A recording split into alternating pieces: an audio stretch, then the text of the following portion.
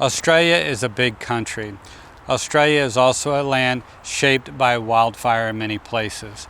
Join me as we travel around this great country, meeting people and talking with them, and together their stories will come together and help us better explain Australia's complex relationships with wildfire. Welcome to Talking Wildfire Australia, my friends.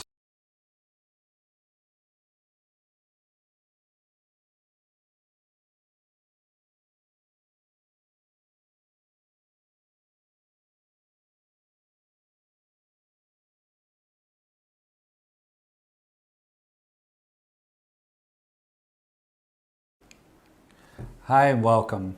This is Brian Williams, a friend of mine I've worked with for a number of years. He lives in a very fire-prone environment, one of the most fire-prone environments of the world. Brian, can you tell us about where you live? Yeah, sure. G'day, Mike. I live at Kurrajong Heights, New South Wales, Australia.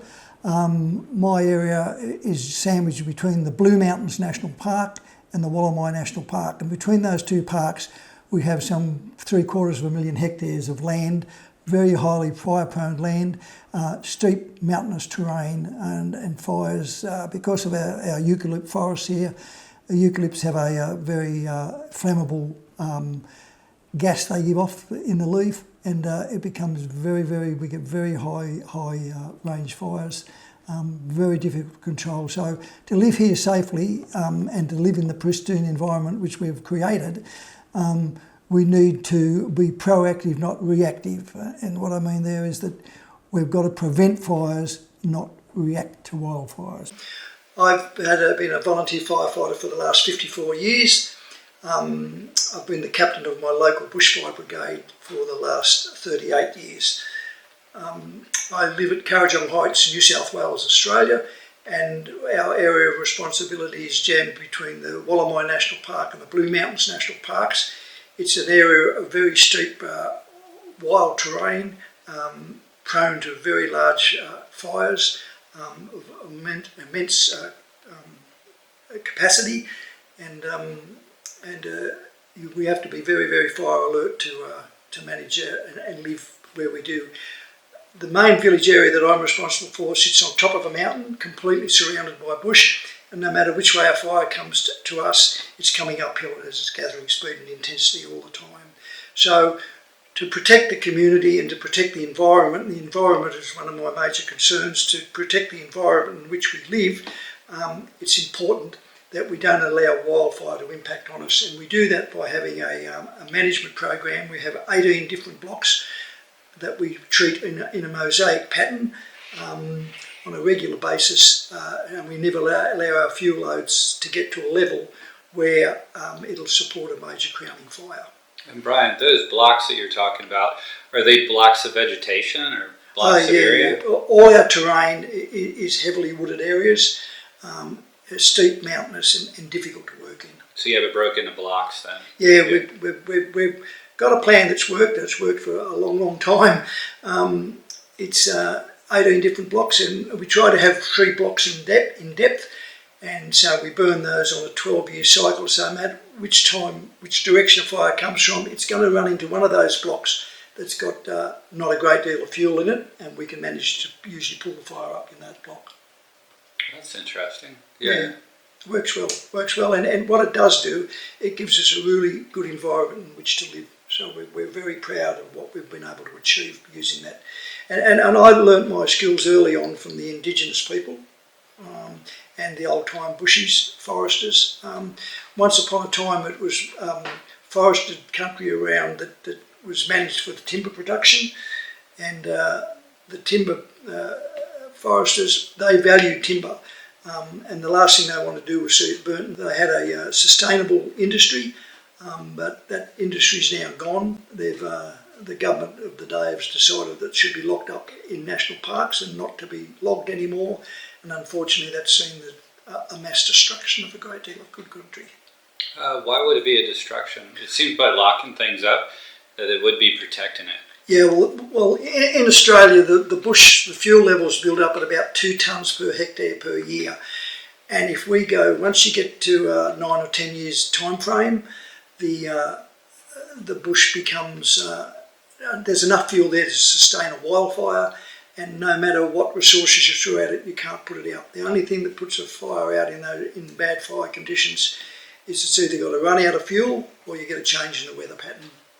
So we can't afford to be to react to fire.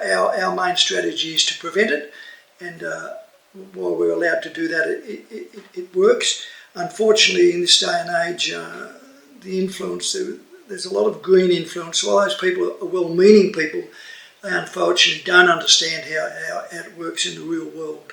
Brian, I got a question for you. Yeah. The green people, in other parts of the world, we don't really have green people. What are green people? Well, they're people that want to protect the environment, and that's very worthwhile. And no one wants to protect it more than what I do. But they believe in locking it up, closing down all the tracks, keeping the people out is the best way to manage it. Well, that only works for so long. As I say, after about 10 years, you get to a stage where you can have big, hot wildfires that are unstoppable. And we're having them on a too regular basis now in Australia. And you can't put them out. It doesn't matter what resources you've got, they're impossible to put out. So the green people are well-meaning and they're wanting to protect the land themselves, but what they're doing is actually having consequences. Absolutely, it's having exactly the opposite effect. We're actually destroying our national parks. Are slowly but surely being destroyed. I mean, the last fire we've just had, which was the largest fire in the world, started from a single lightning strike, burnt over 5,000 hectares of land. It went for 79 days. We threw so many resources at it. We had fixed-wing aircraft, helicopters, people on the ground everywhere. Enormous resources went into it, and we couldn't put it out. It just kept on going and going until nature put it out. In the end, nature put it out. Can you tell me about the animals? What happened to the animals? Well, unfortunately, there was millions of animals lost in that fire. That was one of the hardest things for me to accept. Was the amount of death and destruction. And unless you've seen a wallaby come out of the bush alight, gyrate and twist and squeal and die at your feet, you don't really understand how devastating it is. Our wildlife population is slowly but surely being destroyed in Australia by hot fires. And when you consider the Aboriginals managed the bush for over 40,000 years in Australia by low intensity cool burning, and that's what we like to do. That's what I encourage people to do. Low intensity cool burning. Do it often. You just create this beautiful mosaic, and all the native animals survive, and all the native flora just excels on it. And Brian, in different parts of the world, fires are seen different, and so there's different experiences that people have with them. I understand here people call good fire and bad fire. Yeah, what's good fire? Good fire. Good fire is what the Indigenous people used to do, and that's a low intensity flame height, no more than about 1/2 metre, and it just trickles through the bush, really slow and gentle, and does a wonderful job. When you let the bush build up to heavy fuel loads, the total bush burns from mineral earth right down, and burns all the humus off the ground, and the entire tree is consumed. And the amount of greenhouse gases that put out is just enormous, unbelievable. So that's bad fire. Good fire is when you can keep the fire level definitely below 2 metres. Around about a metre height is an ideal flame height to be burning. What happens to the animals then? Well, big fires move so quickly, enormous speed, and the animals can't escape. When we do a hazard reduction, a gentle cool fire, what happens, we only burn about 70% of the country, and all the gullies and that are left untreated. So the animals have a refuge area. The fire moves very slow. When we light fires, we like to light them on the ridge tops and let it trickle down the hill backwards. And the animals just move ahead of it and down into the gullies, and so they're safe. That's very similar to the US. Unfortunately, we've had an enormous loss of koala population in Australia. A koala's natural instinct under Aboriginal land management was just to climb a tall tree and sit it out. It's chew a bit of smoke, but then the fire would go past. So the fire wouldn't climb the tree? No, it wouldn't climb the tree, just a metre high or something. Now they climb a tall tree and they're just incinerated. Because the fire runs up the tree. The whole tree is consumed. Everything is consumed in a big And fire. that's because there's a lot of fire. There would be a lot of fuel loadings with a lot of heat. Well, look, a good way to explain that is if you double the fuel loadings, you quadruple the intensity of the fire. So what we've done in Australia, unfortunately, we've doubled the fuel loads and then we've doubled them again. So we're getting fire intensities now up to 100,000 kilowatts of energy per metre of fire front. And nothing, you can't put a fire like that out. It's impossible. And in those fires too, there's a lot of gases that are burning. Enormous, right? yeah. The amount of greenhouse gases that get put into the atmosphere is frightening. And also, I believe the gases that can burn stuff, so the animals can escape because the fire can live with the gas. In Australia, the eucalypt gives off a gas when it's burning, and these big gas balls, which you can't see, go ahead of the major, out in front of the major fire. Then all of a sudden they ignite, so the sky's alight. You know, it's just frightening. If ever you've been, you can't see it, but all of a sudden you've got an exploding sky above you. They're very, very frightening. So they're very, very dangerous fires. So you can't actually put a fire out like that. It doesn't matter how many aircraft, bombers, whatever you've got, you can't combat a fire like that. So our strategy is to prevent them, to manage the fuel loads and never let them get to a level where you can, where you get that sort of fire. And when they happen like that, is that why the animals got killed? Yeah, this last fire we've just had, which was 500,000 hectares in size, it was just, the death toll was enormous, and it'll be years recovering. In my own local area that I manage, I've got a koala community that survived without any problems, and the reason being for that is that we use a mosaic burn pattern, which is different blocks burnt at different ages, and we try to use 3 blocks in depth. So if a big fire is coming, it'll run into one of those blocks, will have very little fuel in it, and it'll slow the fire down and kill it. And in fact, in this last fire, we on a catastrophic fire danger day, which is the highest danger rating in Australia, that fire impacted on us, and the fire actually self-extinguished in a 3-year-old hazard reduction. Wow. And just a good simple rule to remember, if you double the fuel, you quadruple the intensity of the fire. So if a fire, you go from a 5-year be seen burned to a 10-year, you've quadrupled the intensity that fire is going to be. So if you manage the fuel, you manage the fire. And it's as simple as this. Good fire management is so simple. Less fuel equals less fire. It's really that simple. And another slogan I like to use is, man burns the fuel, or the fuel burns man. It's really that simple and that easy. You control the fuel loads and you control the risk. And our Aboriginal people in over 40,000 years of settlement in Australia, that's how they managed the fire risk. They walked around in bare feet and all they had was a fire stick. And wherever they went, they'd burn the fuel under gentle conditions. Aboriginals had low intensity, cool burning. And big fires weren't in their planning. Little fires, often little fires. And that's the way you control fire risk. Have you seen a difference since you've started as a firefighter here? Yeah, I have. I was fortunate to work with Indigenous people and good bushmen, foresters, those sort of people who really knew and understand the fire risk. But as our government bureaucracies have got bigger, there tends to be a lot more influence on less burning. And this is unfortunately has been brought about by the green movement, people who are interested in conservation. And to them, all fire is bad fire. Now, there's good fire and the bad fire. Good fire is your friend, bad fire is your enemy. But if you can't neglect fire. If you just stop burning, it's only a matter of time before you get burnt out. So it's most important to manage the fire risk. You've got to be able to reduce the fuel loads on the ground. Oh, that's interesting. And that's environment. Like our people around here are all environmentally conscious. And like I've been the captain for 35 years, and if I wasn't performing for them, I wouldn't be captain. You know, I have to go to an election every 12 months. So the people that get attracted to Kurrajong Heights are attracted because of the beautiful, pristine environment we live. And even though we're living on the top of a mountain range, and whatever way a fire comes, it's coming uphill into us, we've been able to manage that risk. And let me interject real quick, but Sydney itself is a big city in a basin, and there's a lot of mountains behind Sydney. And Brian lives up on those mountains in Kurrajong Heights, just to give you an idea of where Brian to frame a reference of what he's talking about. Yeah, absolutely. And one of the most important things to manage the risk is to have your community on side. Okay, so we've got a Facebook page, we've got a website, and we have regular meetings. And particularly prior to any impact possibly from a large fire when it's coming, because we get lots of droughts in Australia.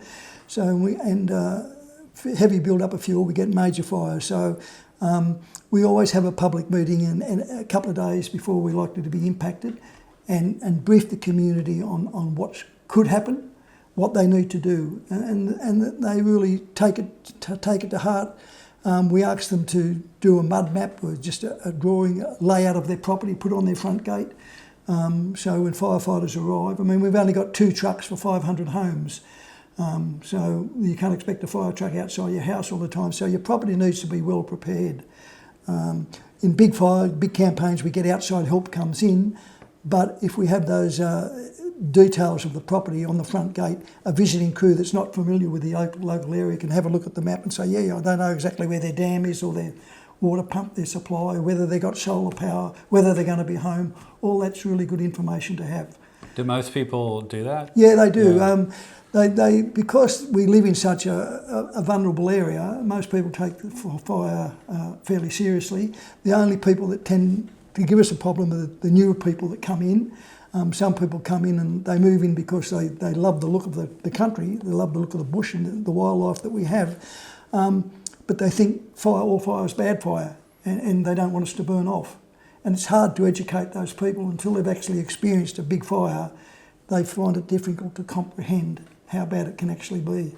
And I think, Brian, also the green people, for what I understand, they feel that they're helping the environment, right? Yeah, Can you describe that? They're well-meaning people and they care about the environment, but they don't really understand the risk. The people that know and understand it are the people that are bred and born in the bush and have been dealing with it all their lives. And there's nothing, as firemen, I think we're the best environmentalists of all. We protect the community. The area around our population has never had a really significant fire go over the top of it. We've always managed the risk and kept the fire reduced.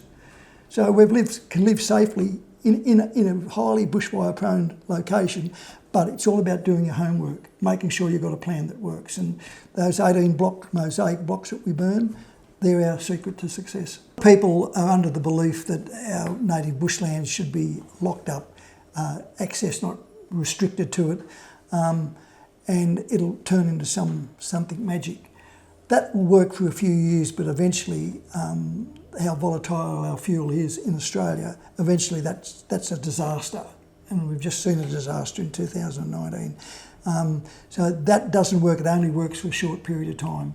If we're going to live in a highly fire-prone country, we've got to manage the risk, because it's impossible to put big fires out no matter how much aircraft or whatever we throw at it. We can't put them out. We've got to keep the fuels to a manageable level. And Brian, in 2019, there was a big fire that impacted your area, wasn't there? Yeah, there was. Yeah. It was a massive fire. But as I say, it pulled it up in a 3-year-old hazard reduction. It just shows that, good sensible management works. We've still got a pristine environment. We've still got our wildlife and all our flora. So, we're really proud of what we achieved. The community's proud of what they've achieved. And they were fantastic to us. The fact that we have the community on board, I mean, they looked after us when that big campaign was on and we were working a bit further afield in our own area. They were stocking our fire station. Someone brought a freezer down and the locals filled it up with food. We had all the drinks we wanted. It was just fantastic. And when we'd get back late at night, we were working 24 hours a day, 2 shifts. And when we got back, there was plenty there for us to cool off and eat up. Wow. And so carry people on. volunteered and just Yeah, they did. I mean, even our local IGA store owner rang me and said, "Do you want to use my 4-wheel drive?" Wow. He said, "It's there, use it if you need it." I mean, that's the sort of community we've built. And that's because we gain that respect from the community and we look after it, and we've got an environment that they're proud to live in. They were extremely generous too with donations. We had a debrief after the campaign and we like to explain to them what went on, because but up and down the coast, we worked for about a 5-month period. We were at fires, my brigade, so it was a long time. But the people in the debrief, they said to us, what do you need?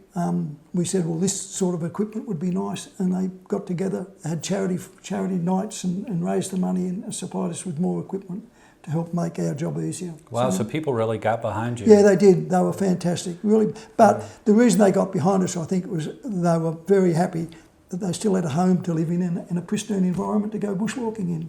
Yeah, well, that's great. That's a really good success story. It's a good outcome all around. So, yeah, that's great. Particularly proud of the effort. And the animals up here did better off than other places. Yeah, we've still got our koala community. That's great. We've still got all our wildlife in the bush. Just fantastic, yeah. So for the mosaic pattern of burning, as the fires approach them, they just drop down. They drop down, yep. Yeah. They go from a total bush on light, from the ground to the top of the trees. They drop down to just a gentle fire, and then they self-extinguish where they run out of fuel. Wow, Just sounds a great. magic result.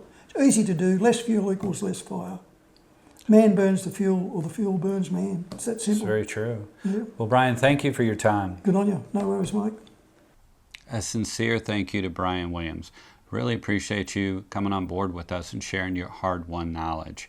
If you like what we're doing, please give us a thumbs up, hit the subscribe button, and comment below. We'll see you next time.